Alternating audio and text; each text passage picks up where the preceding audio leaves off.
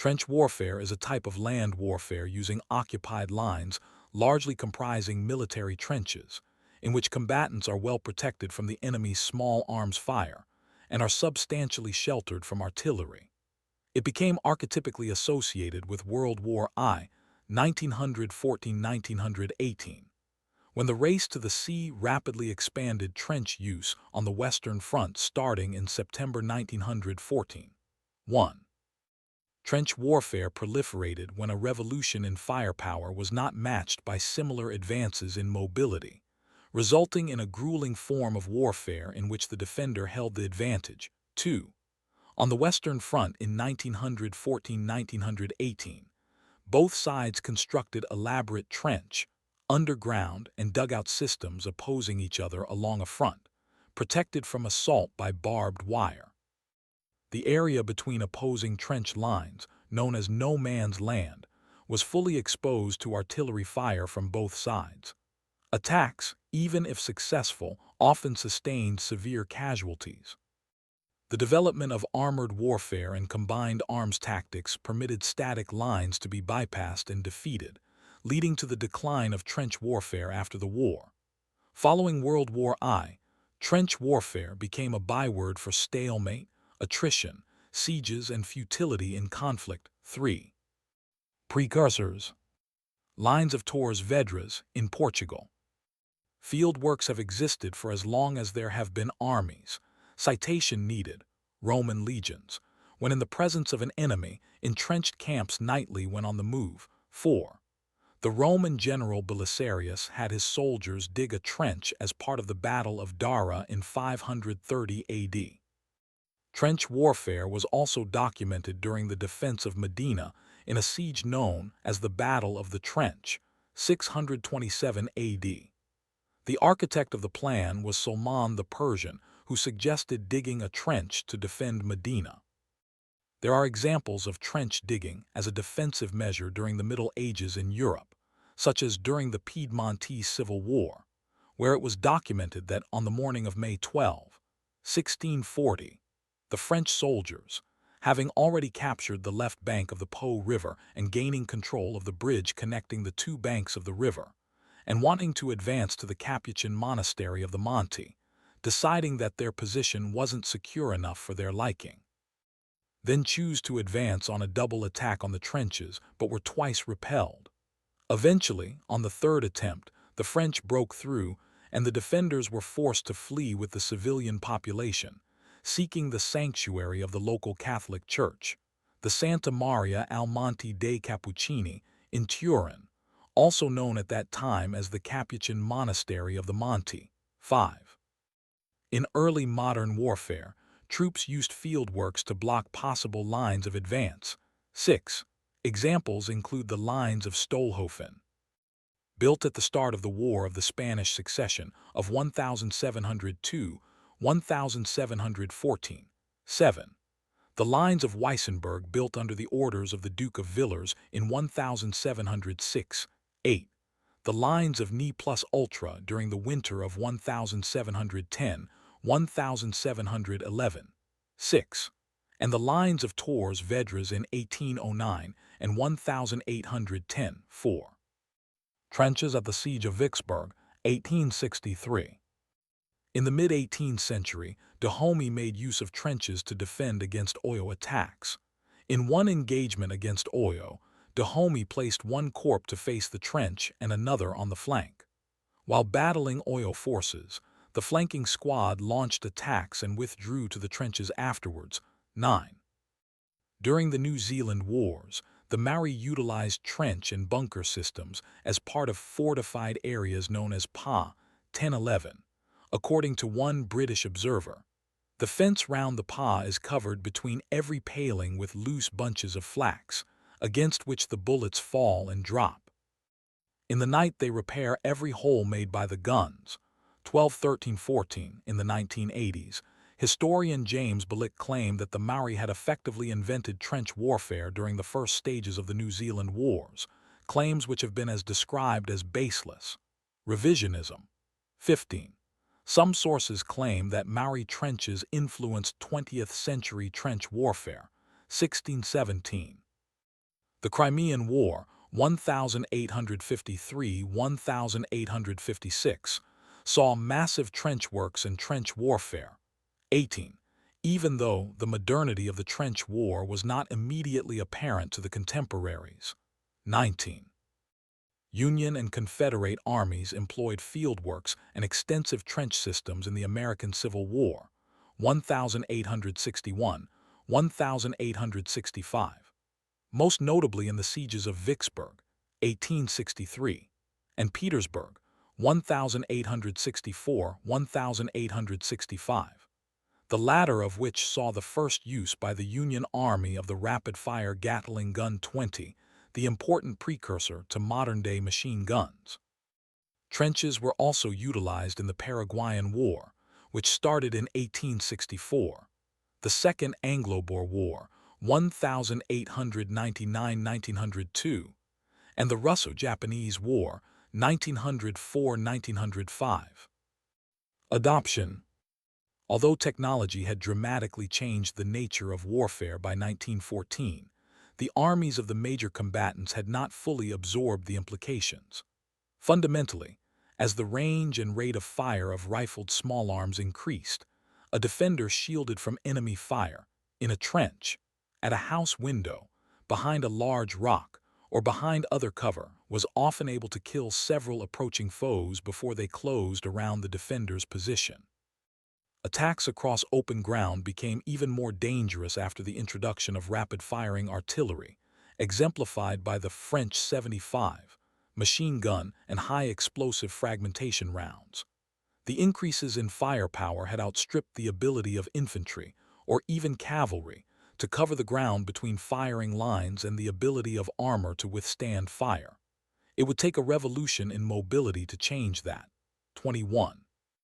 The French and the Imperial German Army adopted different tactical doctrines.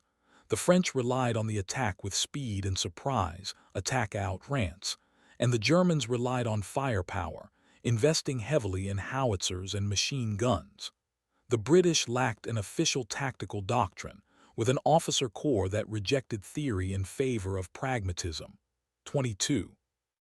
While the armies expected to use entrenchments and cover, they did not allow for the effect of defenses in depth. They required a deliberate approach to seizing positions from which fire support could be given for the next phase of the attack, rather than a rapid move to break the enemy's line. 23.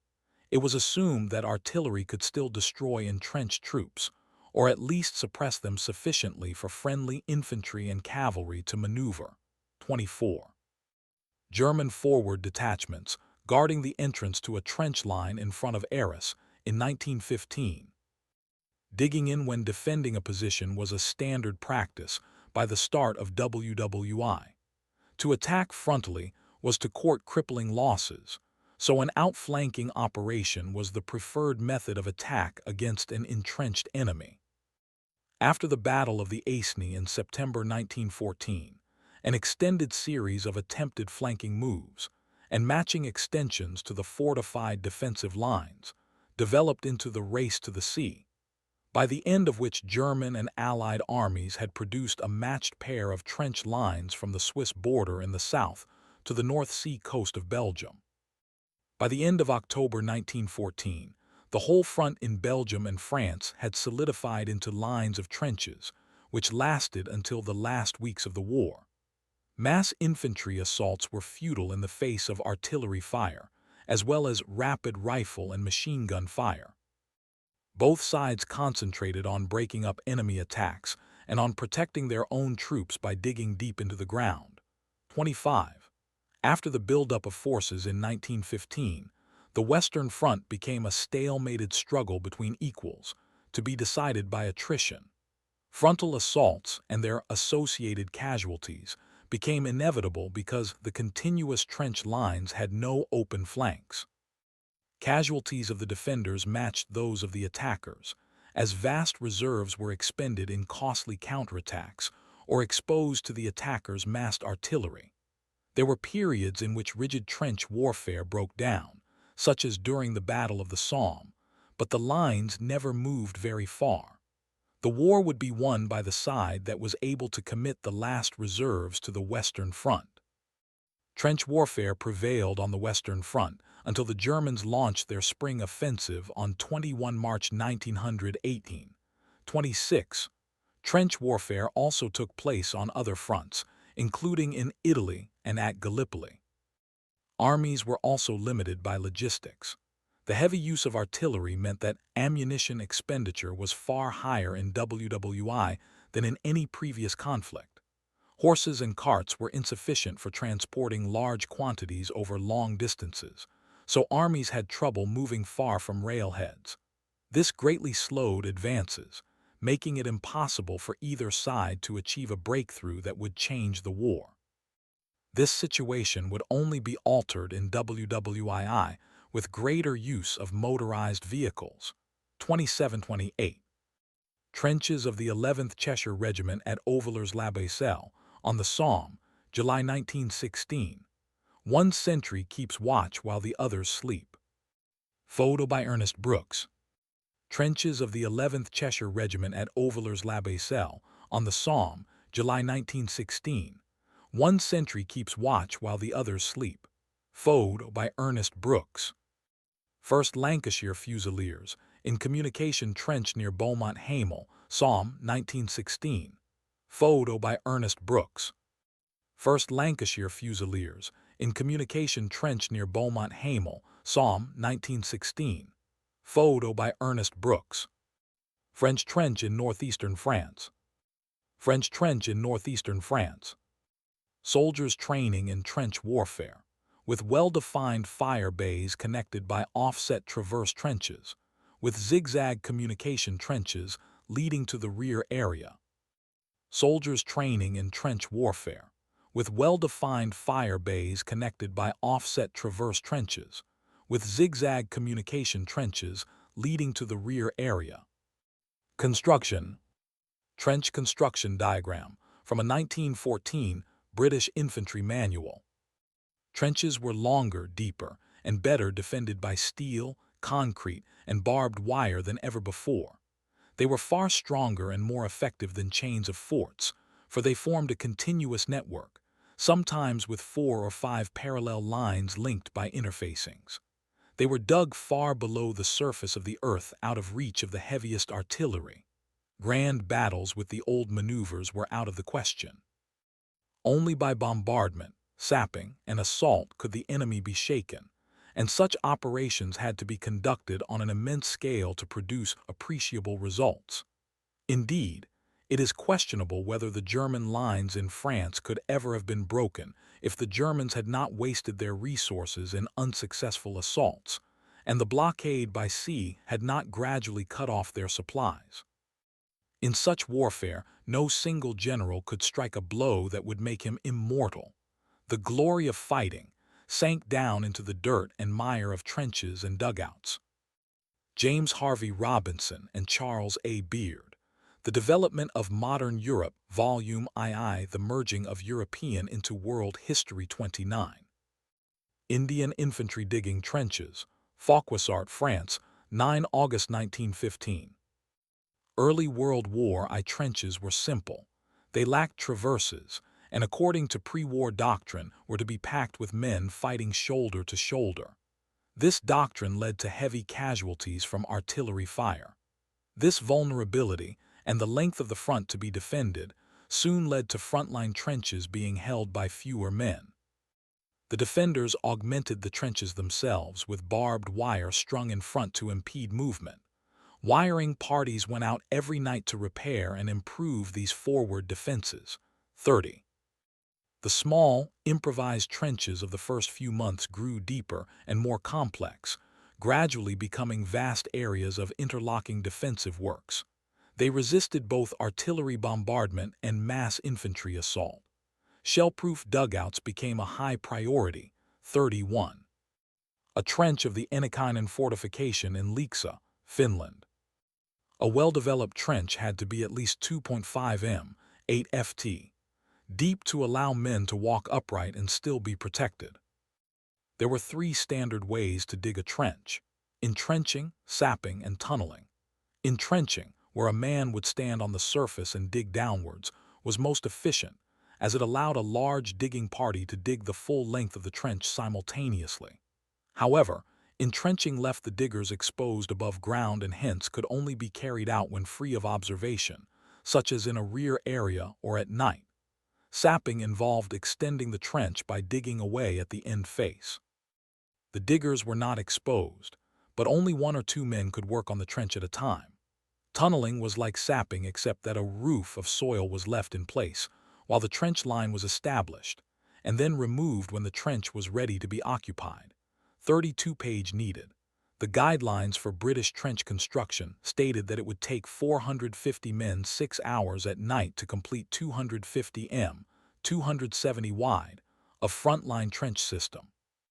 Thereafter, the trench would require constant maintenance to prevent deterioration caused by weather or shelling. Trenchmen were a specialized unit of trench excavators and repairmen. They usually dug or repaired in groups of 4 with an escort of 2 armed soldiers. Trenchmen were armed with one 1911 semi-automatic pistol and were only utilized when either a new trench needed to be dug or expanded quickly, or when a trench was destroyed by artillery fire. Trenchmen were trained to dig with incredible speed. In a dig of 3 to 6 hours, they could accomplish what would take a normal group of frontline infantry soldiers around 2 days. Trenchmen were usually looked down upon by fellow soldiers because they did not fight. They were usually called cowards because if they were attacked while digging, they would abandon the post and flee to safety. They were instructed to do this, though, because through the war there were only around 1,100 trained trenchmen. They were highly valued only by officers higher on the chain of command. Components: breastwork trench, Armentières 1916. The banked earth on the lip of the trench facing the enemy was called the parapet and had a fire step. The embanked rear lip of the trench was called the parados, which protected the soldiers' back from shells falling behind the trench. The sides of the trench were often revetted with sandbags, wire mesh, wooden frames, and sometimes roofs. 33. The floor of the trench was usually covered by wooden duckboards. In later designs, the floor might be raised on a wooden frame to provide a drainage channel underneath. Due to the substantial casualties taken from indirect fire, some trenches were reinforced with corrugated metal roofs over the top as an improvised defense from shrapnel. 34. The static movement of trench warfare and a need for protection from snipers created a requirement for loopholes both for discharging firearms and for observation. 35. Often a steel plate was used with a keyhole, which had a rotating piece to cover the loophole when not in use. 35. German snipers used armor-piercing bullets that allowed them to penetrate loopholes. Another means to see over the parapet was the trench periscope, in its simplest form, just a stick with 2 angled pieces of mirror at the top and bottom. A number of armies made use of the periscope rifle, which enabled soldiers to snipe at the enemy without exposing themselves over the parapet, although at the cost of reduced shooting accuracy. The device is most associated with Australian and New Zealand troops at Gallipoli, where the Turks held the high ground. Australian light horsemen using a periscope rifle, Gallipoli 1915. Dugouts of varying degrees of comfort were built in the rear of the support trench. British dugouts were usually 2.5 to 5 m, 8 to 16 ft deep. The Germans, who had based their knowledge on studies of the Russo-Japanese War, 36 made something of a science out of designing and constructing defensive works. They used reinforced concrete to construct deep, shell-proof, ventilated dugouts, as well as strategic strong. German dugouts were typically much deeper, usually a minimum of 4 m, 12 ft, deep, and sometimes dug 3 stories down, with concrete staircases to reach the upper levels. Trenches were never straight but were dug in a zigzagging or stepped pattern, with all straight sections generally kept less than 10 yards. Later, this evolved to have the combat trenches broken into distinct fire bays connected by traverses. While this isolated the view of friendly soldiers along their own trench, this ensured the entire trench could not be enfiladed if the enemy gained access at any one point. or if a bomb, grenade, or shell landed in the trench, the blast could not travel far. Aerial view of opposing trench lines between Loos and Hulluch, July 1917. German trenches at the right and bottom, British at the top left. Very early in the war, British defensive doctrine suggested a main trench system of 3 parallel lines, interconnected by communications trenches. The point at which a communications trench intersected the front trench was of critical importance, and it was usually heavily fortified. The front trench was lightly garrisoned and typically occupied in force only during stand to at dawn and dusk. Between 65 and 90 m, 70 and 100 wide, behind the front trench was located the support, or travel, trench, to which the garrison would retreat when the front trench was bombarded. Between 90 and 270 meters, 100 and 300 wide, further to the rear was located the 3rd Reserve Trench, where the reserve troops could amass for a counterattack if the front trenches were captured. This defensive layout was soon rendered obsolete as the power of artillery grew. However, in certain sectors of the front, the support trench was maintained as a decoy to attract the enemy bombardment away from the front and reserve lines. Fires were lit in the support line to make it appear inhabited, and any damage done immediately repaired. Temporary trenches were also built. When a major attack was planned, assembly trenches would be dug near the front trench. These were used to provide a sheltered place for the waves of attacking troops who would follow the first waves leaving from the front trench. SAPs were temporary, unmanned, often dead-end utility trenches dug out into no man's land. They fulfilled a variety of purposes, such as connecting the front trench to a listening post close to the enemy wire or providing an advanced jumping-off line for a surprise attack. When one side's front line bulged towards the opposition, a salient was formed.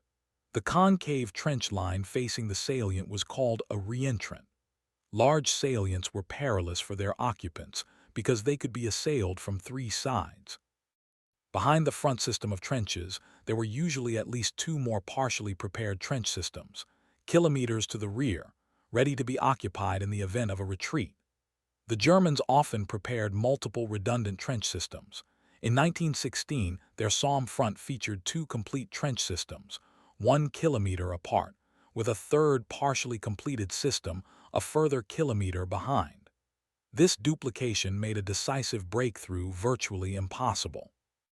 In the event that a section of the first trench system was captured, a switch trench would be dug to connect the second trench system to the still-held section of the first.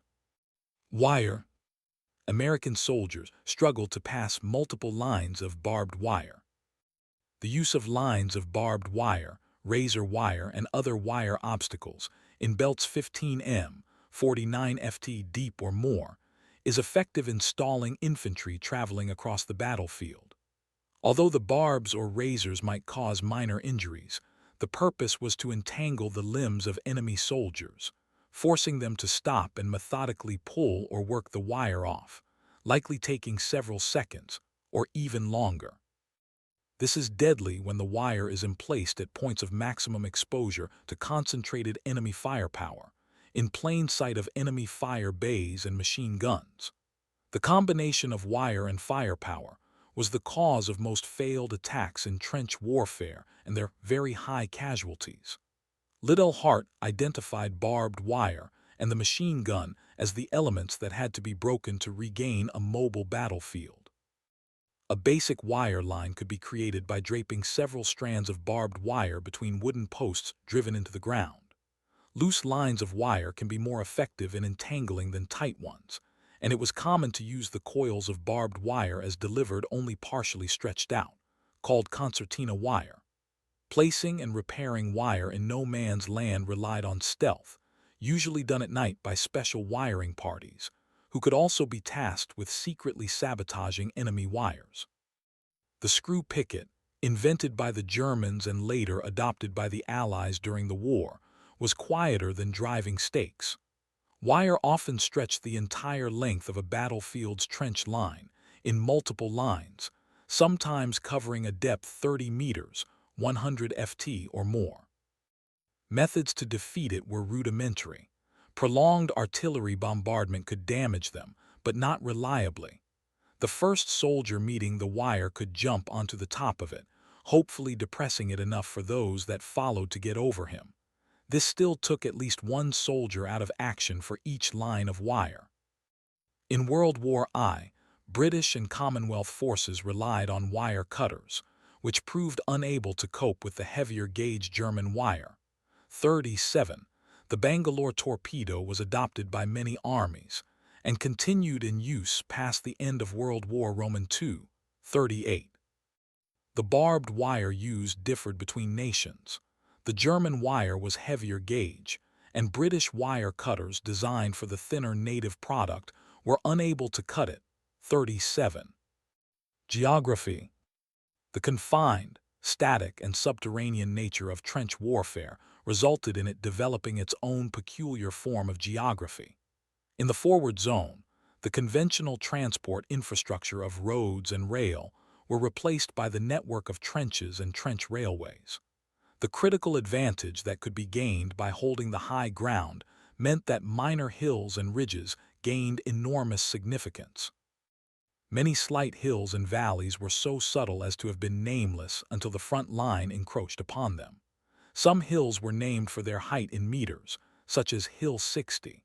A farmhouse, windmill, quarry, or copse of trees would become the focus of a determined struggle simply because it was the largest identifiable feature. However, it would not take the artillery long to obliterate it, so that thereafter it became just a name on a map. The battlefield of Flanders presented numerous problems for the practice of trench warfare, especially for the Allied forces, mainly British and Canadians, who were often compelled to occupy the low ground. Heavy shelling quickly destroyed the network of ditches and water channels which had previously drained this low-lying area of Belgium. In most places, the water table was only a meter or so below the surface, meaning that any trench dug in the ground would quickly flood. Consequently, many trenches in Flanders were actually above ground and constructed from massive breastworks of sandbags filled with clay. Initially, both the parapet and parados of the trench were built in this way, but a later technique was to dispense with the parados for much of the trench line, thus exposing the rear of the trench to fire from the reserve line in case the front was breached. Soldiers in a trench on the Ortler, at an elevation of 3,850 meters, 12,630 ft. 1917. In the Alps, trench warfare even stretched onto vertical slopes and deep into the mountains, to heights of 3,900 m, 12,800 ft. Above sea level. The Ortler had an artillery position on its summit near the front line. The trench line management and trench profiles had to be adapted to the rough terrain, hard rock, and harsh weather conditions. Many trench systems were constructed within glaciers such as the Adamello-Presenella Group, or the famous city, below the ice on the Marmolada in the Dolomites. Observation. Observing the enemy in trench warfare was difficult, prompting the invention of technology such as the camouflage tree. 39. No Man's Land. Main article, No Man's Land. A picture of No Man's Land, taken 1917-1919. The space between the opposing trenches was referred to as No Man's Land and varied in width depending on the battlefield. On the Western Front, it was typically between 90 and 275 meters, 100 and 300 wide, though only 25 meters, 30 wide, on Vimy Ridge. After the German withdrawal to the Hindenburg Line in March 1917, No Man's Land stretched to over a kilometer in places. At the Quinn's Post, in the cramped confines of the Anzac battlefield at Gallipoli, the opposing trenches were only 15 meters, 16 wide apart, and the soldiers in the trenches constantly threw hand grenades at each other. On the Eastern Front and in the Middle East, the areas to be covered were so vast, and the distances from the factories supplying shells, bullets, concrete and barbed wire so great, trench warfare in the West European style often did not occur. Weaponry, infantry weapons and machine guns. Main article, list of infantry weapons of World War I. British Mills bomb N degrees 23 mkii, with rod for launch by rifle. At the start of the First World War, the standard infantry soldiers' primary weapons were the rifle and bayonet. Other weapons got less attention. Especially for the British, what hand grenades were issued tended to be few in numbers and less effective. This emphasis began to shift as soon as trench warfare began. Militaries rushed improved grenades into mass production, including rifle grenades. The hand grenade came to be one of the primary infantry weapons of trench warfare. Both sides were quick to raise specialist grenadier groups. The grenade enabled a soldier to engage the enemy without exposing himself to fire, and it did not require precise accuracy to kill or maim. Another benefit was that if a soldier could get close enough to the trenches, enemies hiding in trenches could be attacked. The Germans and Turks were well equipped with grenades from the start of the war, but the British, who had ceased using grenadiers in the 1870s and did not anticipate a siege war, entered the conflict with virtually none, so soldiers had to improvise bombs with whatever was available, see jam tin grenade. By late 1915, the British Mills bomb had entered wide circulation, and by the end of the war 75 million had been used. Since the troops were often not adequately equipped for trench warfare, improvised weapons were common in the first encounters, such as short wooden clubs and metal maces, spears, hatchets, hammers, entrenching tools, as well as trench knives and brass knuckles. According to the semi-biographical war novel All Quiet on the Western Front, many soldiers preferred to use a sharpened spade as an improvised melee weapon instead of the bayonet, as the bayonet tended to get stuck in stabbed opponents, rendering it useless in heated battle. The shorter length also made them easier to use in the confined quarters of the trenches. These tools could then be used to dig in after they had taken a trench. Modern military digging tools are as a rule designed to also function as a melee weapon. As the war progressed, better equipment was issued, and improvised arms were discarded. Various trench weapons used by British and Canadian soldiers in WWI on display at the Canadian War Museum. French soldiers with a Sauterelle bomb-throwing crossbow, c. 1915. A specialized group of fighters called trench sweepers, nez de tranchées or zigueleurs, evolved to fight within the trenches. They cleared surviving enemy personnel from recently overrun trenches and made clandestine raids into enemy trenches to gather intelligence. Volunteers for this dangerous work were often exempted from participation in frontal assaults over open ground and from routine work like filling sandbags, draining trenches, and repairing barbed wire in no man's land. When allowed to choose their own weapons, many selected grenades, knives, and pistols. FNM 1900 pistols were highly regarded for this work, but never available in adequate quantities. Colt Model 1903 pocket hammerless, Savage Model 1907, Star Bonifacio Echeverria and Ruby pistols were widely used, 40. Various mechanical devices were invented for throwing hand grenades into enemy trenches. The Germans used the Wurfmaschine, a spring-powered device for throwing a hand grenade about 200 m, 220 yd. 41. The French responded with the Sauterelle, and the British with the Leach Trench catapult and West Spring gun, which had varying degrees of success and accuracy. By 1916, catapult weapons were largely replaced by rifle grenades and mortars, 42. The Germans employed Flammenwerfer, flamethrowers, during the war for the first time against the French on 25 June 1915, then against the British 30 July in Hooge. The technology was in its infancy, and use was not very common until the end of 1917, when portability and reliability were improved. It was used in more than 300 documented battles. By 1918, It became a weapon of choice for Stastruppen stormtroopers, with a team of 6 Pioneer combat engineers per squad.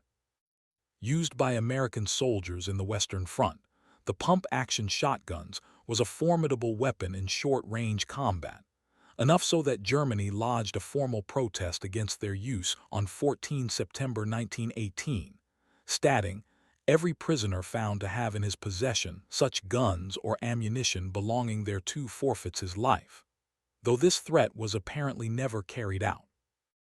The U.S. military began to issue models specially modified for combat, called trench guns, with shorter barrels, higher capacity magazines, no choke, and often heat shields around the barrel, as well as lugs for the M1917 bayonet.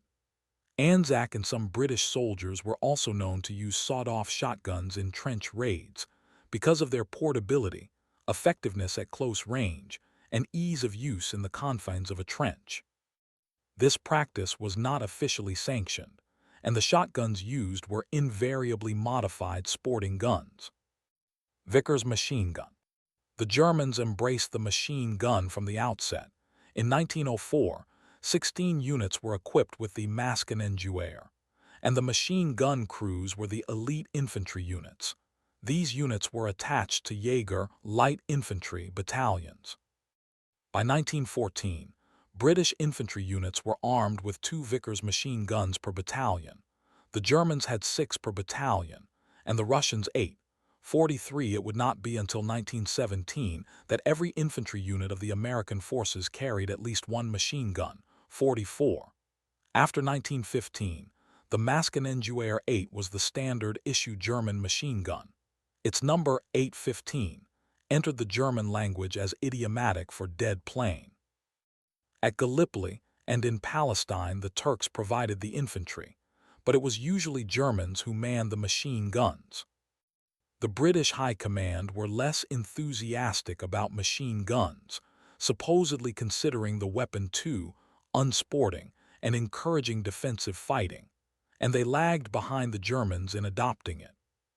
Field Marshal Sir Douglas Haig is quoted as saying in 1915, "The machine gun is a much overrated weapon.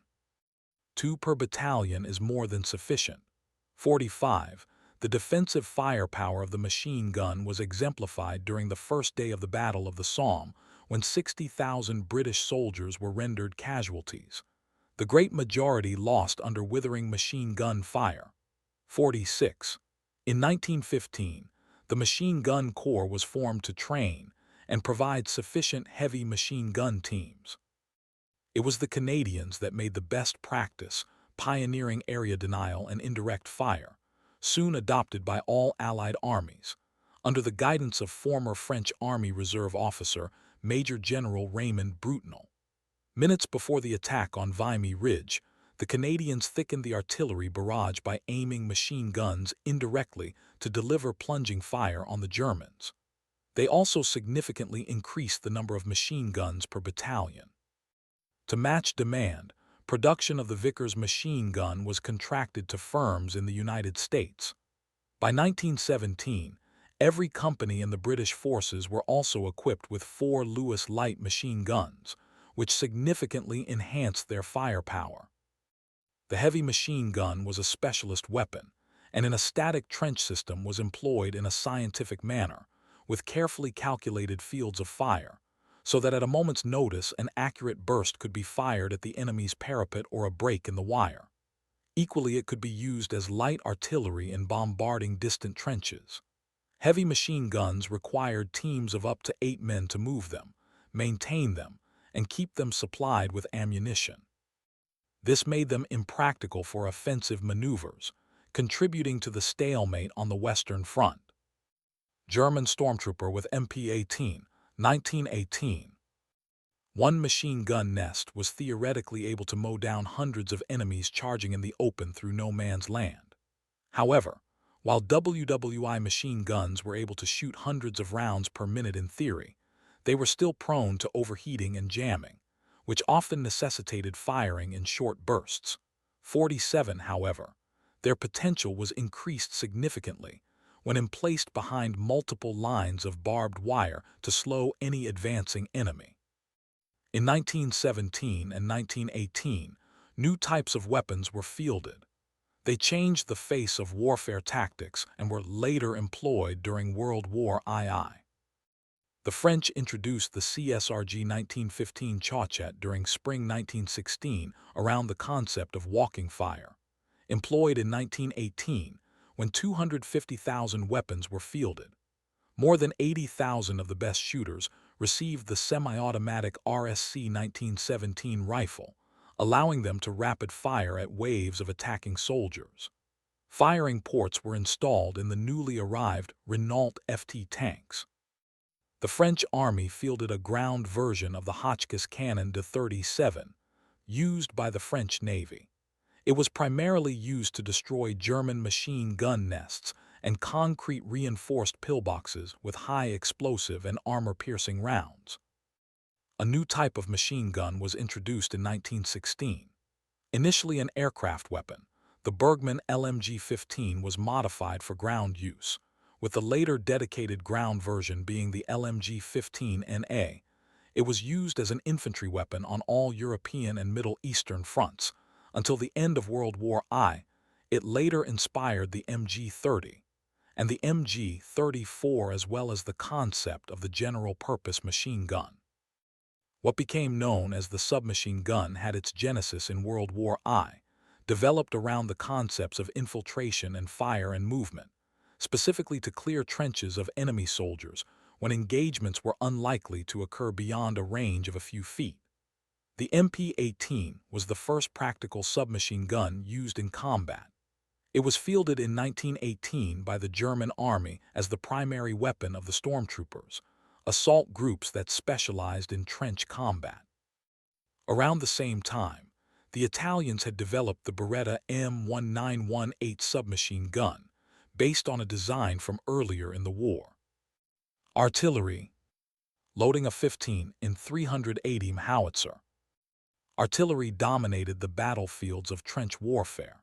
An infantry attack was rarely successful if it advanced beyond the range of its supporting artillery. In addition to bombarding the enemy infantry in the trenches, the artillery could be used to precede infantry advances with a creeping barrage, or engage in counter-battery duels to try to destroy the enemy's guns. Artillery mainly fired fragmentation, high explosive, shrapnel, or, later in the war, gas shells. The British experimented with firing thermite incendiary shells to set trees and ruins alight. However, all armies experienced shell shortages during the first year or two of World War I due to underestimating their usage in intensive combat. This knowledge had been gained by the combatant nations in the Russo-Japanese War, when daily artillery fire consumed 10 times more than daily factory output, but had not been applied. 48. Artillery pieces were of two types: infantry support guns and howitzers. Guns fired high-velocity shells over a flat trajectory and were often used to deliver fragmentation and to cut barbed wire. Howitzers lofted the shell over a high trajectory so it plunged into the ground. The largest calibers were usually howitzers. The German 420-17 howitzer weighed 20 tons and could fire a 1-ton shell over 10 km, 6.2 mi. A critical feature of period artillery pieces was the hydraulic recoil mechanism, which meant the gun did not need to be re-aimed after each shot, permitting a tremendous increase in rate of fire. Initially, each gun would need to register its aim on a known target in view of an observer in order to fire with precision during a battle. The process of gun registration would often alert the enemy an attack was being planned. Towards the end of 1917, artillery techniques were developed enabling fire to be delivered accurately without registration on the battlefield. The gun registration was done behind the lines, then the pre-registered guns were brought up to the front for a surprise attack. French soldiers operating a compressed-air trench mortar of 86 mm caliber. Mortars which lobbed a shell in a high arc over a relatively short distance were widely used in trench fighting for harassing the forward trenches, for cutting wire in preparation for a raid or attack, and for destroying dugouts, saps, and other entrenchments. In 1914, the British fired a total of 545 mortar shells. In 1916, they fired over 6,500,000. Similarly, howitzers, which fire on a more direct arc than mortars, raised in number from over 1,000 shells in 1914 to over 4,500,000 in 1916. The smaller numerical difference in mortar rounds, as opposed to howitzer rounds, is presumed by many to be related to the expanded costs of manufacturing the larger and more resource-intensive howitzer rounds. The main British mortar was the Stokes, a precursor of the modern mortar. It was a light mortar, simple in operation, and capable of a rapid rate of fire by virtue of the propellant cartridge being attached to the base shell. To fire the Stokes mortar, the round was simply dropped into the tube, where the percussion cartridge was detonated when it struck the firing pin at the bottom of the barrel, thus being launched. The Germans used a range of mortars. The smallest were grenade throwers, Granatenwerfer, which fired the stick grenades which were commonly used. Their medium trench mortars were called mine throwers, Minenwerfer. The heavy mortar was called the Ladungswerfer, which threw aerial torpedoes, containing a 200 lb, 91 kg charge to a range of 1,000 wide, 910 m. The flight of the missile was so slow and leisurely that men on the receiving end could make some attempt to seek shelter. Mortars had certain advantages over artillery, such as being much more portable and the ability to fire without leaving the relative safety of trenches. Moreover, mortars were able to fire directly into the trenches, which was hard to do with artillery. 49. Strategy and tactics. German trenches in Vimy. The fundamental strategy of trench warfare in World War I was to defend one's own position strongly, while trying to achieve a breakthrough into the enemy's rear. The effect was to end up in attrition, the process of progressively grinding down the opposition's resources, until, ultimately, they are no longer able to wage war. This did not prevent the ambitious commander from pursuing the strategy of annihilation, the ideal of an offensive battle which produces victory in one decisive engagement. The commander-in-chief of the British forces during most of World War I, General Douglas Haig, was constantly seeking a breakthrough, which could then be exploited with cavalry divisions. His major trench offensives, the Somme in 1916 and Flanders in 1917, were conceived as breakthrough battles, but both degenerated into costly attrition. The Germans actively pursued a strategy of attrition in the Battle of Verdun, the sole purpose of which was to bleed the French army white. At the same time, the Allies needed to mount offensives in order to draw attention away from other hard-pressed areas of the line. 50. French troopers using a periscope, 1915. The popular image of a trench assault is of a wave of soldiers, bayonets fixed, going over the top, and marching in a line across no man's land into a hail of enemy fire. This was the standard method early in the war citation needed. It was rarely successful. More common was an attack at night from an advanced post in no man's land, having cut the barbed wire beforehand. In 1915, the Germans innovated with infiltration tactics, where small groups of highly trained and well-equipped troops would attack vulnerable points and bypass strong points, driving deep into the rear areas. The distance they could advance was still limited by their ability to supply and communicate. A narrow communication trench, allowing forces and casualties to move between the rear to the front lines. April 1916. The role of artillery in an infantry attack was twofold. The first aim of a bombardment was to prepare the ground for an infantry assault, killing or demoralizing the enemy garrison and destroying their defenses. The duration of these initial bombardments varied, from seconds to days. Artillery bombardments prior to infantry assaults were often ineffective at destroying enemy defenses, only serving to provide advance notice of an attack. The British bombardment that began the Battle of the Somme lasted 8 days, but did little damage to either the German barbed wire or their deep dugouts, where defenders were able to wait out the bombardment in relative safety. 51. Once the guns stopped, the defenders had time to emerge and were usually ready for the attacking infantry. The second aim was to protect the attacking infantry by providing an impenetrable barrage or curtain of shells to prevent an enemy counterattack. The first attempt at sophistication was the lifting barrage, where the first objective of an attack was intensely bombarded for a period before the entire barrage lifted, to fall on a second objective farther back. However, this usually expected too much of the infantry, and the usual outcome was that the barrage would outpace the attackers, leaving them without protection. This resulted in the use of the creeping barrage, which would lift more frequently but in smaller steps, sweeping the ground ahead and moving so slowly that the attackers could usually follow closely behind it. This became the standard method of attack from late 1916 onward. The main benefit of the barrage was suppression of the enemy rather than to cause casualties or material damage.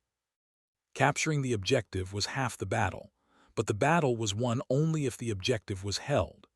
The attacking force would have to advance with not only the weapons required to capture a trench, but also the tools, sandbags, picks and shovels, barbed wire, to fortify and defend from counterattack. A successful advance would take the attackers beyond the range of their own field artillery, making them vulnerable, and it took time to move guns up over broken ground. The Germans placed great emphasis on immediately counterattacking to regain lost ground. This strategy cost them dearly in 1917, when the British started to limit their advances, so as to be able to meet the anticipated counterattack from a position of strength. Part of the British artillery was positioned close behind the original start line and took no part in the initial bombardment, so as to be ready to support later phases of the operation while other guns were moved up. The Germans were the first to apply the concept of defense in depth, where the frontline zone was hundreds of meters deep and contained a series of redoubts rather than a continuous trench. Each redoubt could provide supporting fire to its neighbors, and while the attackers had freedom of movement between the redoubts, they would be subjected to withering enfilade fire. They were also more willing than their opponents to make a strategic withdrawal to a superior prepared defensive position. The British eventually adopted a similar approach, but it was incompletely implemented when the Germans launched the 1918 spring offensive and proved disastrously ineffective. France, by contrast, relied on artillery and reserves, not entrenchment. Life in the trenches. Distribution of Pinard ration wine in a French trench in winter. Considered important for morale. An individual unit's time in a frontline trench was usually brief, from as little as 1 day to as much as 2 weeks at a time before being relieved. The 31st Australian Battalion once spent 53 days in the line at Villers-Bretonneux, but such a duration was a rare exception. The 10th Battalion, CEF, averaged frontline tour of 6 days in 1915 and 1916. 52. The units who manned the frontline trenches the longest were the Portuguese Expeditionary Corps from Portugal, stationed in northern France. Unlike the other allies, the Portuguese couldn't rotate units from the front lines due to lack of reinforcements sent from Portugal, nor could they replace the depleted units that lost manpower due to the war of attrition. With this rate of casualties and no reinforcements forthcoming, most of the men were denied leave and had to serve long periods in the trenches, with some units spending up to 6 consecutive months in the front line, with little to no leave during that time. 53. On an individual level, a typical British soldier's year could be divided as follows: 15% front line, 10% support line, 30% reserve line, 20% rest, 25% other hospital, traveling, leave, training courses, etc. Studying French in the Trenches. The Literary Digest, October 20, 1917. Even when in the front line, the typical battalion would be called upon to engage in fighting only a handful of times a year, making an attack, defending against an attack, or participating in a raid. The frequency of combat would increase for the units of the elite fighting divisions. On the Allied side, these were the British Regular Divisions, the Canadian Corps, the French XX Corps, and the Anzacs. Hot shower bath establishment installed by a French engineer, November 1914. Some sectors of the front saw little activity throughout the war, making life in the trenches comparatively easy. When the Anzac Corps first arrived in France in April 1916, after the evacuation of Gallipoli, they were sent to a relatively peaceful sector south of Armentières to acclimatize. In contrast, some other sectors were in a perpetual state of violent activity. On the Western Front, Ypres was invariably hellish, especially for the British in the exposed, overlooked salient. However, even quiet sectors amassed daily casualties through sniper fire, artillery, disease, and poison gas. In the first 6 months of 1916, before the launch of the Somme offensive, the British did not engage in any significant battles on their sector of the Western Front, and yet suffered 107,776 casualties. Frontline Anzac. A sector of the front would be allocated to an army corps, usually comprising 3 divisions. 2 divisions would occupy adjacent sections of the front, and the third would be in rest to the rear. This breakdown of duty would continue down through the army structure, so that within each frontline division, typically comprising 3 infantry brigades, regiments for the Germans, 2 brigades would occupy the front and the third would be in reserve. Within each frontline brigade, typically comprising 4 battalions, 2 battalions would occupy the front with 2 in reserve, and so on for companies and platoons. The lower down the structure this division of duty proceeded, the more frequently the units would rotate from frontline duty to support or reserve. A barber in a French trench. During the day, snipers and artillery observers in balloons made movement perilous, so the trenches were mostly quiet. It was during these daytime hours that the soldiers would amuse themselves with trench magazines. Because of the peril associated with daytime activities, trenches were busiest at night, when the cover of darkness allowed movement of troops and supplies, the maintenance and expansion of the barbed wire and trench system, and reconnaissance of the enemy's defenses. Sentries and listening posts out in no man's land would try to detect enemy patrols and working parties, or indications that an attack was being prepared. Pioneered by the Princess Patricia's Canadian Light Infantry in February 1915, 54 trench raids were carried out in order to capture prisoners and booty, letters and other documents to provide intelligence about the unit occupying the opposing trenches. As the war progressed, raiding became part of the general British policy, the intention being to maintain the fighting spirit of the troops and to deny no man's land to the Germans. As well, they were intended to compel the enemy to reinforce, which exposed their troops to artillery fire. 54. Such dominance was achieved at a high cost when the enemy replied with their own artillery. 54. And a post-war British analysis concluded the benefits were probably not worth the cost. Early in the war, surprise raids would be mounted, particularly by the Canadians, but increased vigilance made achieving surprise difficult as the war progressed. By 1916, raids were carefully planned exercises in combined arms and involved close cooperation between infantry and artillery.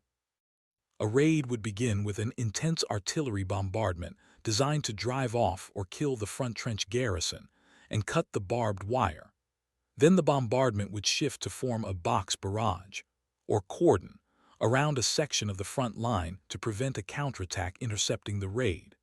However, the bombardment also had the effect of notifying the enemy of the location of the planned attack, thus allowing reinforcements to be called in from wider sectors. Dangers. A German machine gun position just after its capture by New Zealand soldiers, with a dead German among the debris, Grevelers, 24 August 1918, 100 Days Offensive. Stretcher Bearers, Passchendaele, August 1917. Dead German soldiers lie in the rubble of a trench destroyed by mine explosion. Messens Ridge, 1917. Approximately 10–15% of all soldiers who fought in the First World War died as a result. 55. While the main cause of death in the trenches came from shelling and gunfire, diseases and infections were always present and became prevalent for all sides as the war progressed. Medical procedures, while considerably more effective than at any previous time in history, were still not very helpful. Antibiotics had not yet been discovered or invented. As a result, an infection caught in a trench often went untreated and could fester until the soldier died. Injuries. The main killer in the trenches was artillery fire. Around 75% of known casualties.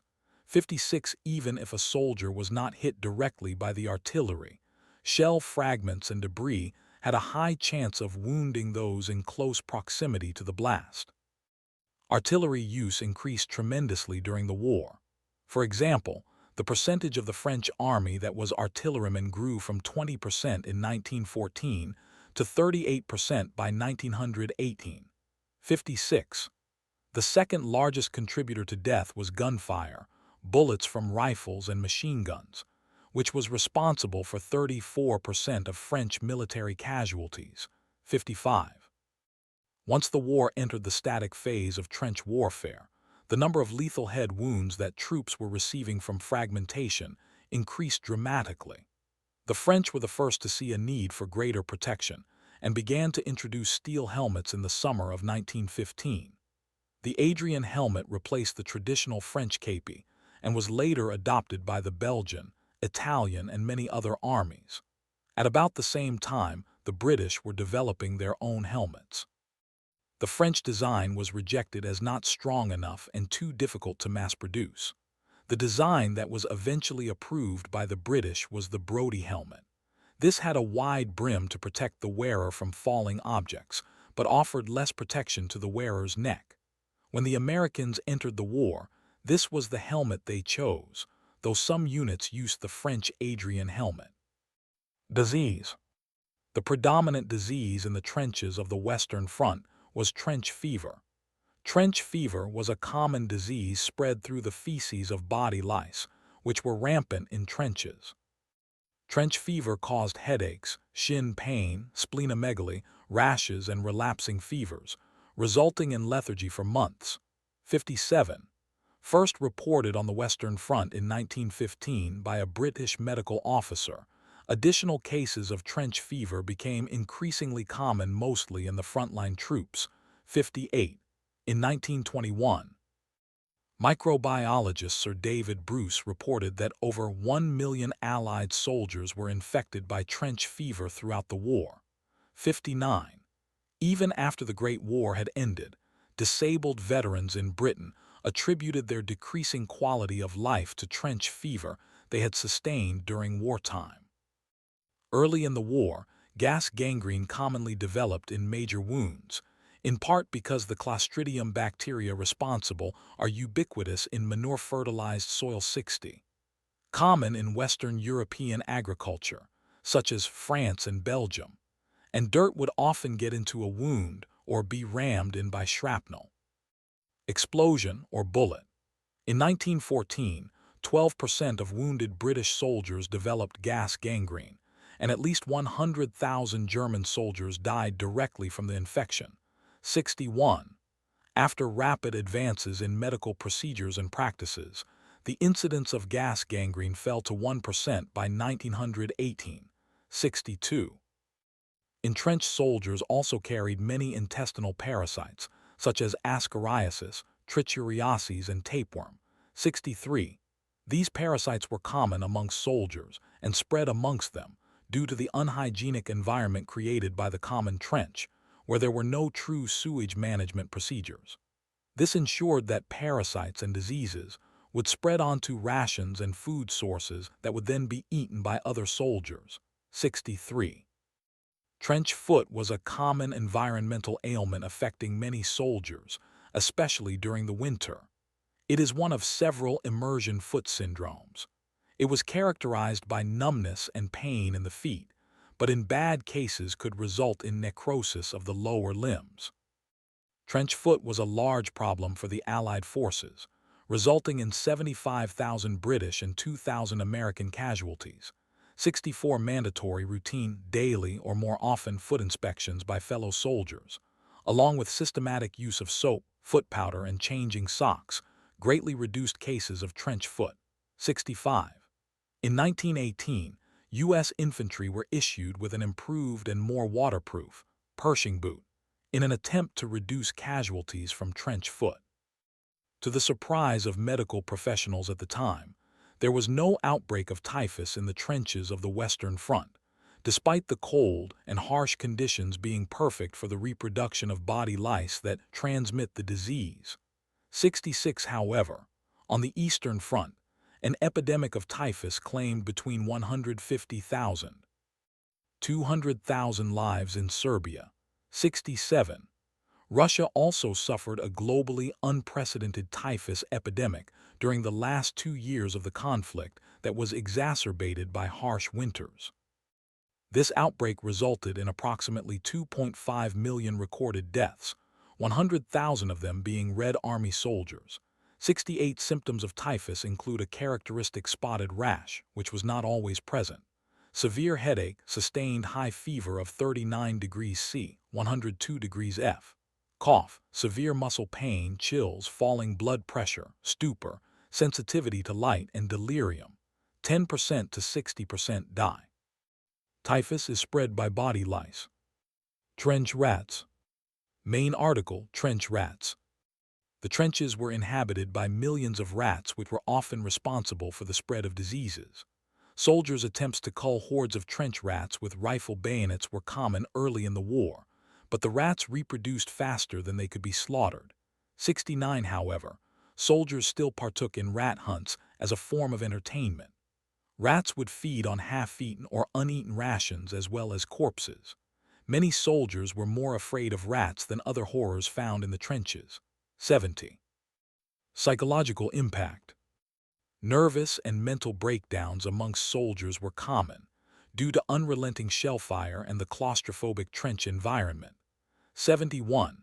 Men who suffered such intense breakdowns were often rendered completely immobile, and were often seen cowering low in the trenches, unable even to perform instinctive human responses such as running away or fighting back.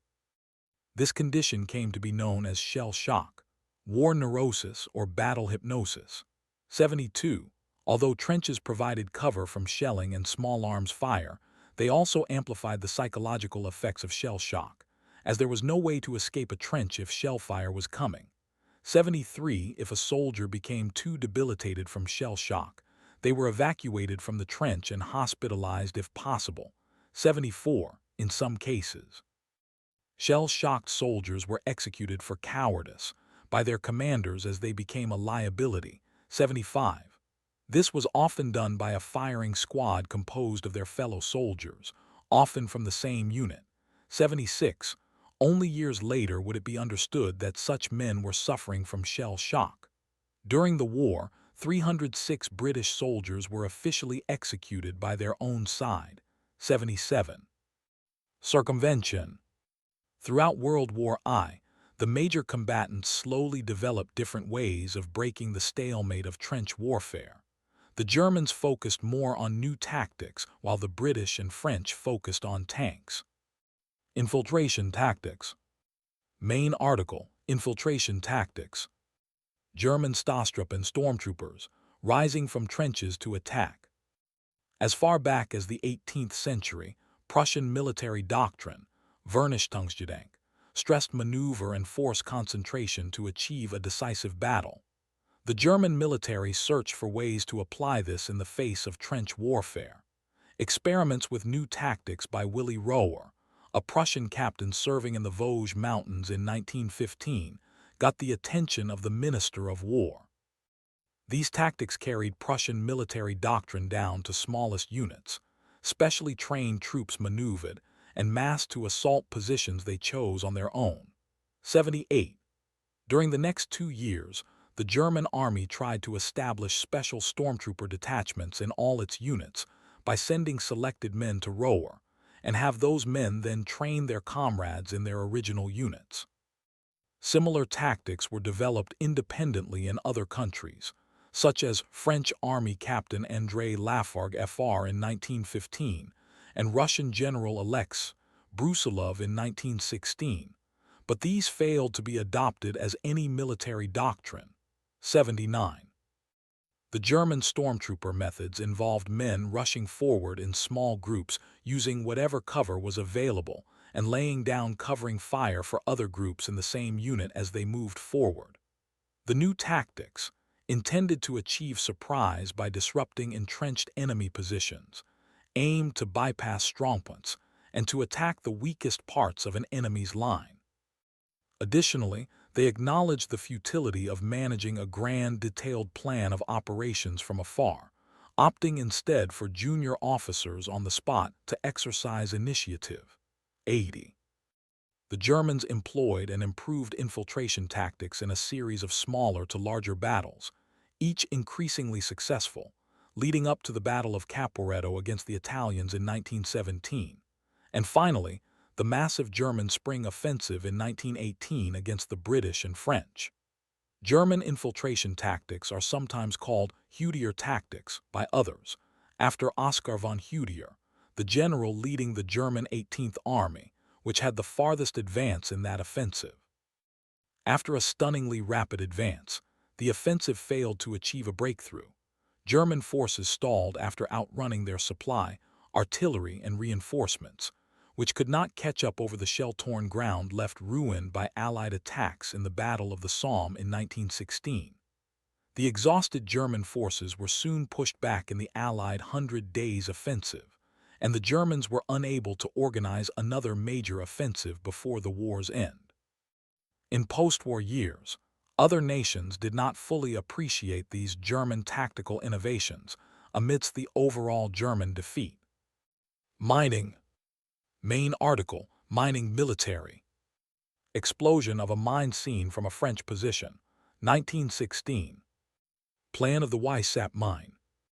Mines, tunnels under enemy lines packed with explosives and detonated, were widely used in WWI to destroy or disrupt enemies' trench lines. Mining and countermining became a major part of trench warfare. 81-82. The dry chalk of the Somme was especially suited to mining, but with the aid of pumps, it was also possible to mine in the sodden clay of Flanders. Specialist tunneling companies, usually made up of men who had been miners in civilian life, would dig tunnels under no man's land and beneath the enemy's trenches. 83-84. These mines would then be packed with explosives and detonated, producing a large crater. The crater served two purposes. It could destroy or breach the enemy's trench, and by virtue of the raised lip that they produced, could provide a ready-made trench closer to the enemy's line. When a mine was detonated, both sides would race to occupy and fortify the crater. If the miners detected an enemy tunnel in progress, they would often countermine and try to drive a tunnel under the enemy's tunnel, in which they would detonate explosives to create a camouflage to destroy the enemy's tunnel. Night raids were also conducted with the sole purpose of destroying the enemy's mine workings. On occasion, mines would cross and fighting would occur underground. The mining skills could also be used to move troops unseen.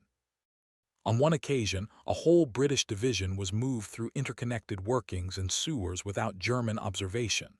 Citation needed. The British detonated 19 mines of varying sizes on July 1, 1916, the first day of the Battle of the Somme. The largest mines, the Weissap mine and the Lochnagger mine, each containing 24 tons of explosives, were blown near La Bazelle, throwing earth 4,000 feet, 1,200 m, into the air. Citation needed. At 3:1 a.m. on June 7, 1917, a series of mines was detonated by the British to launch the Battle of Messines. The average mine contained 21 tons of explosive and the largest, 125 feet, 38 m, beneath Saint-Éloi, was twice the average at 42 tons, as remarked by General Plumer to his staff the evening before the attack. "Gentlemen, we may not make history tomorrow, but we shall certainly change the geography." 85. The craters from these and many other mines on the Western Front are still visible today. Two undetonated mines remained in the ground near Messines, with their location mislaid after the war. One blew during a thunderstorm in 1955. The other remains in the ground. 85 significant mining operations were also carried out on the Italian front. Gas. Main article: Chemical Weapons in World War I. Australian infantry wearing WWI gas masks. Ypres, September 1917. World War I saw large-scale use of poison gases. At the start of the war, the gas agents used were relatively weak and delivery unreliable, but by mid-war advances in this chemical warfare reached horrifying levels. The first methods of employing gas was by releasing it from a cylinder when the wind was favorable. This was prone to miscarry if the direction of the wind was misjudged. Also, the cylinders needed to be positioned in the front trenches, where they were likely to be ruptured by enemy bombardment. Later, gas was delivered directly to enemy trenches by artillery or mortar shell, reducing friendly casualties significantly. Lingering agents could still affect friendly troops that advanced to enemy trenches following its use. Early on, soldiers made improvised gas masks by urinating on a handkerchief and putting it over their nose and mouth so the urea would disable the poison. Armies rushed to issue regulation gas masks as regular equipment for frontline troops. Anti-gas equipment and procedures improved significantly during the war, to the point that gas attacks had become less devastating at the war's end. Several different gas agents were used. Tear gas was first employed in August 1914 by the French, but this could only temporarily disable the enemy. In April 1915, chlorine gas was first used by Germany at the Second Battle of Ypres. Exposure to a large dose could kill, and those not killed could suffer permanent lung damage. But the gas was easy to detect by scent and sight. Phosgene, first used in December 1915, was the most lethal killing gas of World War I. It was 18 times more powerful than chlorine and much more difficult to detect. However, the most effective gas was mustard gas, introduced by Germany in July 1917. Mustard gas was not as fatal as phosgene, but it was hard to detect and lingered on the surface of the battlefield, so could inflict casualties over a long period. Even if not inhaled, it could slowly burn the skin, but quickly burned via the eyes or any wounds, causing blindness and intense suffering. Mustard gas also had the property of being heavier than air, causing it to sink down hills and therefore down into trenches.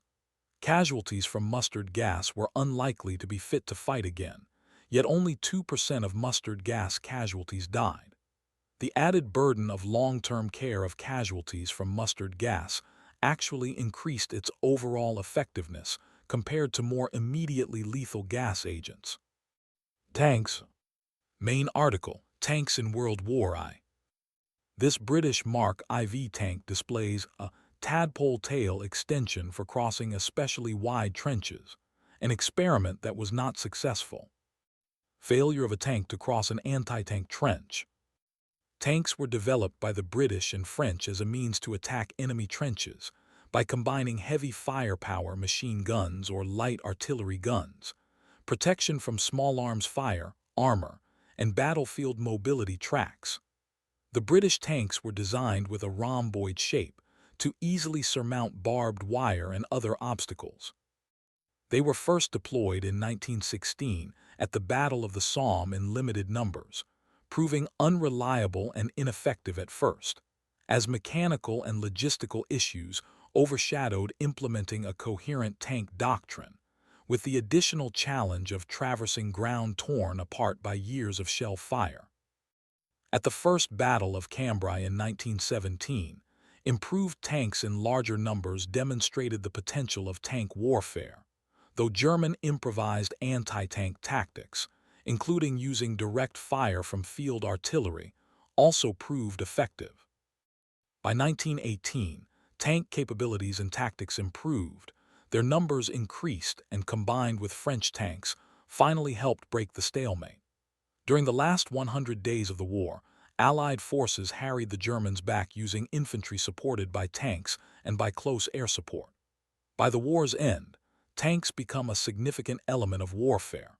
The proposed British Plan 1919 would have employed tanks as a primary factor in military strategy. However, the impact of tanks in World War I was less than it could have been, due to their late introduction and the inherent issues that plague implementing revolutionary technology. The introduction of the tanks would mark the beginning of the end of trench warfare. 86. Between the two world wars, many nations developed their own unique tanks and divergent theories of tank tactics, including the UK, France, the Soviet Union, Czechoslovakia, Japan, the US, and Italy. Though German tank development was restricted by the terms of the treaty ending World War I, Germany successfully combined their own tanks, plus Czech tanks from occupied Czechoslovakia, with infiltration tactics to produce blitzkrieg during World War II. 87. Later use. Side view diagram of a gun in a retractable turret. In Block 3, in Ouvrage Schonenberg of the Maginot Line. Soldiers of the Brazilian Expeditionary Force in a trench during the Battle of Montes, 1945. Spanish Civil War. Trenches were often used in both sides. 88-89, particularly the nationalists whose military ground doctrine emphasized static defense. The Republicans also employed the use of trenches, but also human wave attacks, most notably during their defense of Casa de Campo in the Siege of Madrid. World War II. In the decade leading up to World War II, the French built the Maginot Line. Based on their experience with trench warfare in World War I, the Maginot Line was an extensive state-of-the-art defensive system far superior to any previous trench system. A chain of massive constructions of concrete, iron, and steel fortresses, bunkers, retractable turrets, outposts, obstacles, and sunken artillery emplacements, linked by tunnel networks. It covered the length of the Franco-German border and was 25 kilometers, 1260 mi wide. It was supported by numerous underground barracks, shelters, ammunition dumps, and depots, with its own telephone network and narrow-gauge railways with armored locomotives, backed up with heavy rail artillery. French military experts placed high value on the line, saying it would curb German aggression, as any invasion force would be halted long enough for French forces to mobilize and counterattack. Furthermore, French military planning during the interwar period believed that the line would force the Germans to invade Belgium. This would allow any future conflict to take place off of French soil. By bypassing the Maginot Line and fighting the Belgian army, it would allow the French military to move its best formations to counter. In the Battle of France, Germany invaded Belgium, and the best Anglo-French forces moved to meet them as planned. However, the Germans had only recently changed their plans from what the French had anticipated would happen. Instead of an attack through central Belgium, the main German attack was delivered through the Ardennes forest. Interwar French planning believed it would take the Germans 9 days to move forces through this area, and that it could be held by small forces. The German forces outpaced expectations and soon crossed into France between the main French forces and the Maginot Line. They then advanced towards the English Channel and surrounded the Anglo-French armies.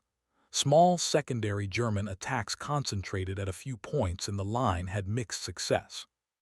The bulk of the Maginot Line was untouched, its garrisons withdrawn and flanked. Due to the lack of combat, much of it has survived.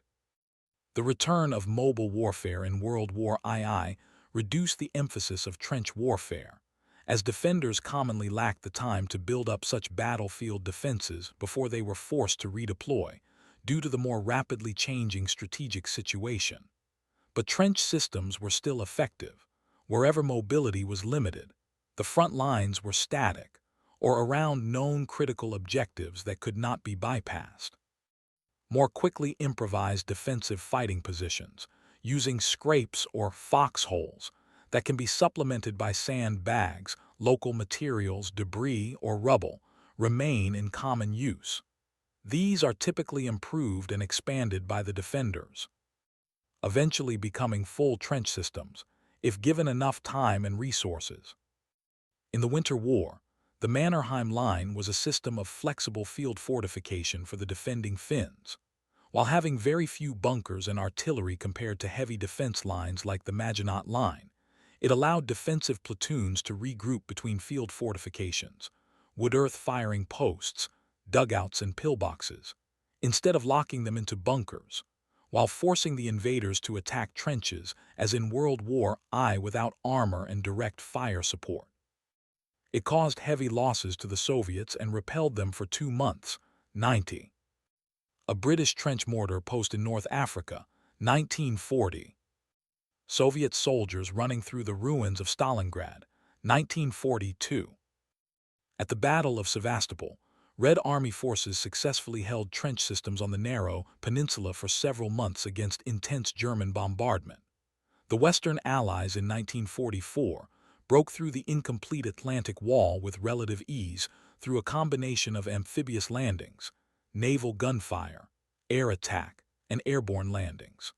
Combined arms tactics where infantry, artillery, armor, and aircraft cooperate closely greatly reduced the importance of trench warfare. It was, however, still a valuable method for reinforcing natural boundaries and creating a line of defense. For example, at the Battle of Stalingrad, soldiers on both sides dug trenches within the ruins. As well in the Battle of Hirchen Forest, both American and German soldiers also dug trenches and foxholes in the rugged woods of the forest, which led to continuous stalemates and failed offensives that lasted for months, which was reminiscent of the trench warfare of World War I. The Battle of the Scheldt, due to the geography of the battlefield, greatly involved the use of trench warfare. In addition, before the start of the Battle of Kursk, the Soviets constructed a system of defense more elaborate than any they built during World War I, 91. These defenses succeeded in stopping the German armored pincers from meeting and enveloping the salient, 92. The Italian campaign, fought from 1943 until the end of the war in Europe, largely consisted of the Allies storming strongly fortified German lines which stretched from one coast, over the mountains, to the other coast. When the Allies broke through one line, the Germans would retreat up the peninsula to yet another freshly prepared fortified line. At the start of the Battle of Berlin, the last major assault on Germany, the Soviets attacked over the River Oder against German troops dug in on the Seelow Heights, about 50 km, 31 mi, east of Berlin. Entrenchment allowed the Germans, who were massively outnumbered, to survive a bombardment from the largest concentration of artillery in history. As the Red Army attempted to cross the marshy riverside terrain, they lost tens of thousands of casualties to the entrenched Germans before breaking through. During the Pacific War, the Japanese used a labyrinth of underground fixed positions to slow down the Allied advances on many Pacific islands. The Japanese built fixed fortifications on Iwo Jima, Okinawa, and Peleliu, using a system of tunnels to interconnect their fortified positions. Many of these were former mine shafts that were turned into defense positions. Engineers added sliding armored steel doors with multiple openings to serve both artillery and machine guns. Cave entrances were built slanted as a defense against grenade and flamethrower attacks. The caves and bunkers were connected to a vast system throughout the defenses, which allowed the Japanese to evacuate or reoccupy positions as needed, and to take advantage of shrinking interior lines. This network of bunkers, tunnels, and pillboxes favored the defense. For instance, the Japanese on Iwo Jima had several levels of honeycombed fortifications. The Nampo Bunker, Southern Area Islands Naval Air HQ, which was located east of Airfield No. 2, had enough food, water, and ammo for the Japanese to hold out for 3 months. The bunker was 90 feet deep and had tunnels running in various directions. Approximately 555-gallon drums filled with water, kerosene, and fuel oil for generators were located inside the complex.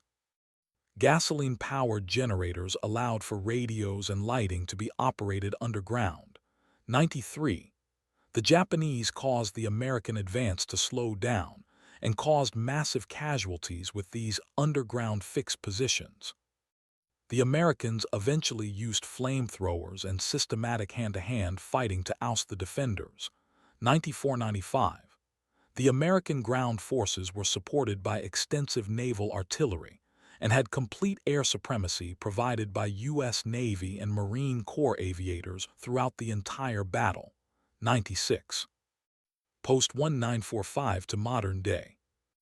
Men of the 1st Brigade, 101st Airborne Division, fire from old Viet Cong trenches during the Vietnam War. Trench warfare has been infrequent in recent wars. When two large armored armies meet, the result has generally been mobile warfare of the type which developed in World War II. However, trench warfare re-emerged in the latter stages of the Chinese Civil War, Huai Campaign, and the Korean War, from July 1951 to its end. During the Cold War, NATO forces routinely trained to fight through extensive works called Soviet-style trench systems, named after the Warsaw Pact's complex systems of field fortifications, an extension of Soviet field entrenching practices for which they were famous in their Great Patriotic War, the Eastern Front of World War II. Iranian soldiers praying inside a trench during the Iran-Iraq War. In the Iran-Iraq War, both armies lacked training in combined arms operations.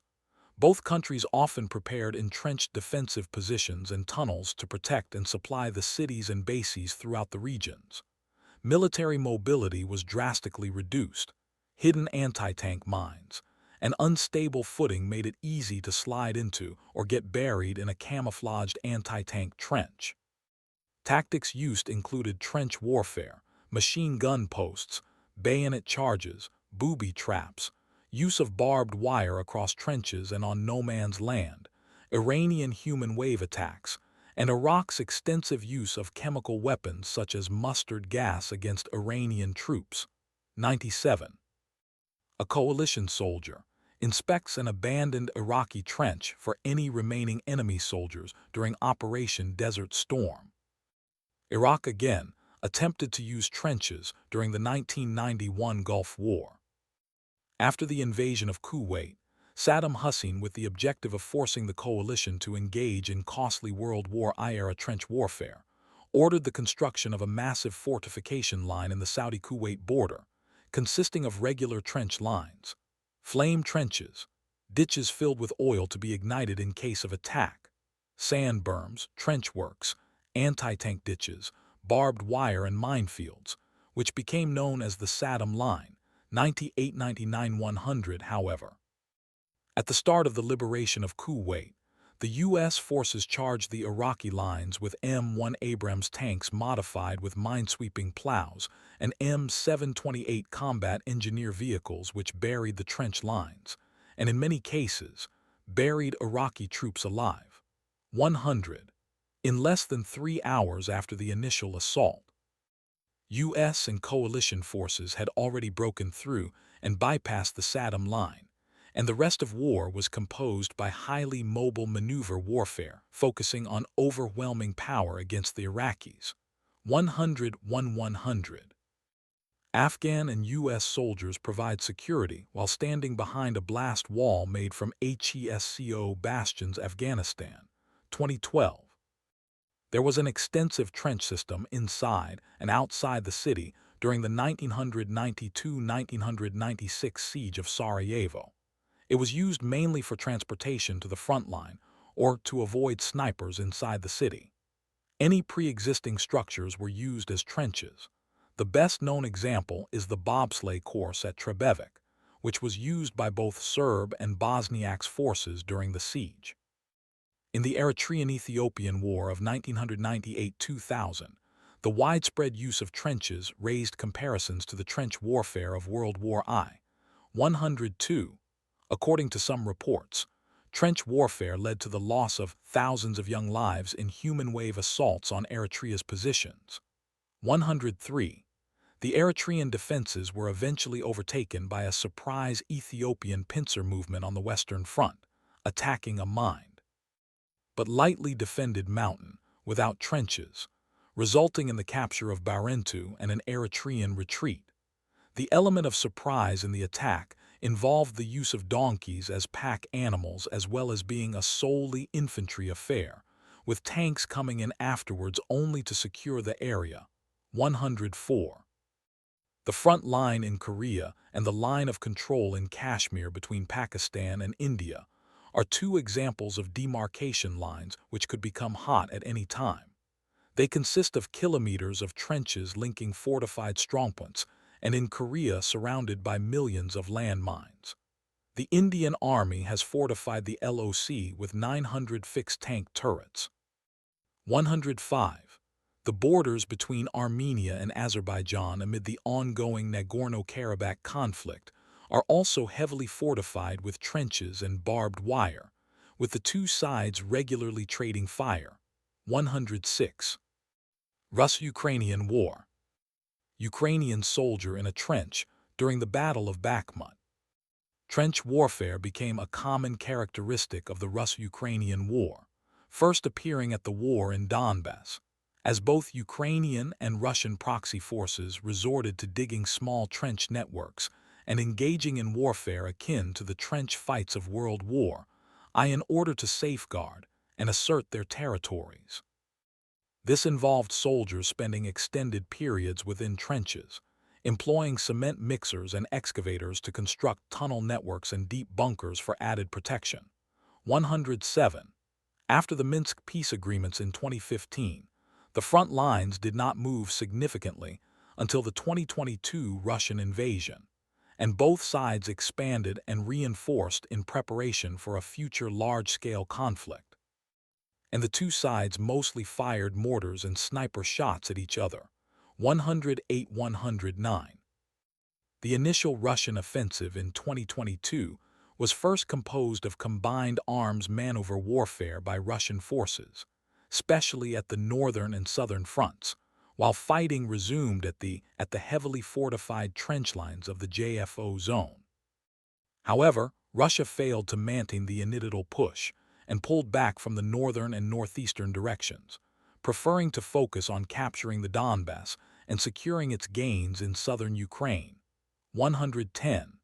The conflict settled into trench warfare, seeing the construction of trench lines and similar defensive structures by both sides, resulting in a static war of attrition with slow advances and artillery duels. Especially in Donetsk Oblast, 111 experts point to the return to trench warfare as a result of the high lethality of modern sensors, drones, and artillery, which reduce the ability of either side to concentrate armor or infantry for a large-scale assault without being rapidly detected and destroyed by highly precise artillery and/or suicide drones.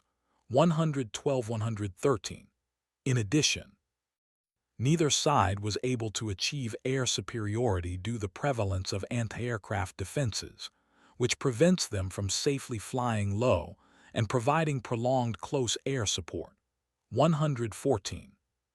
Pictures of muddy trenches, stumps of charred trees, and a shell-pocked landscape made the Battle of Bakhmut emblematic for its trench warfare conditions, with neither side making any significant breakthroughs amid hundreds of casualties reported daily.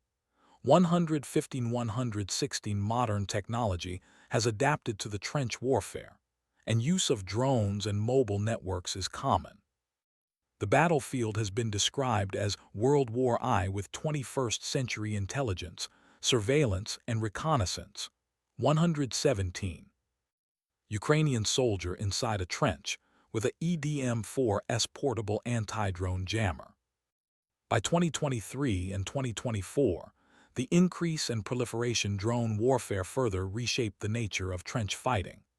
Constant aerial surveillance made traditional frontlines increasingly porous, as small, Inexpensive reconnaissance and attack drones were used to locate, track, and strike soldiers, vehicles, and artillery even deep within trench systems.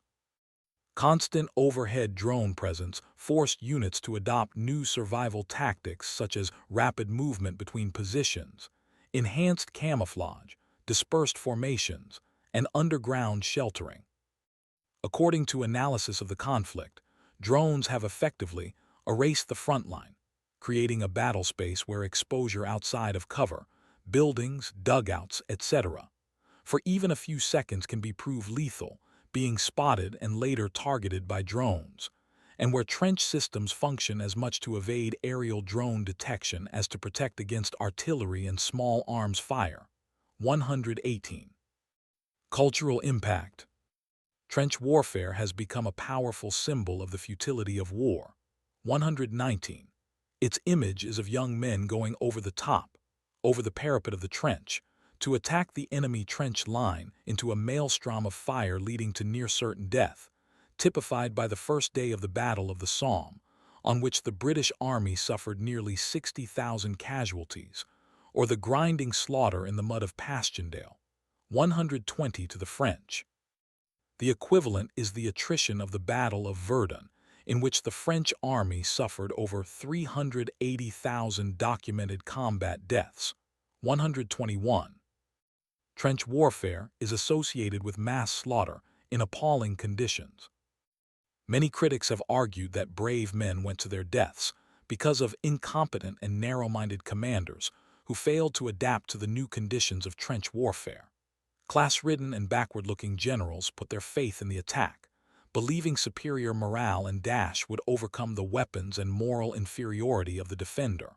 122. British public opinion often repeated the theme that their soldiers were lions led by donkeys. 123.